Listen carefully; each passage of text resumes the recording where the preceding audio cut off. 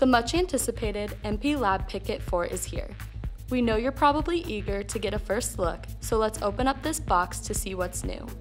First of all, you'll notice that the box has been redesigned with inserts to hold different components in place. So here's the MPLAB PICkit 4.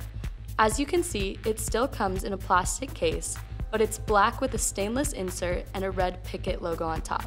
Just like the MPLAB ICD4, the PICkit 4 has an LED status light that slices across the top of the unit and displays different colors to indicate the state of the debugger while it's powered.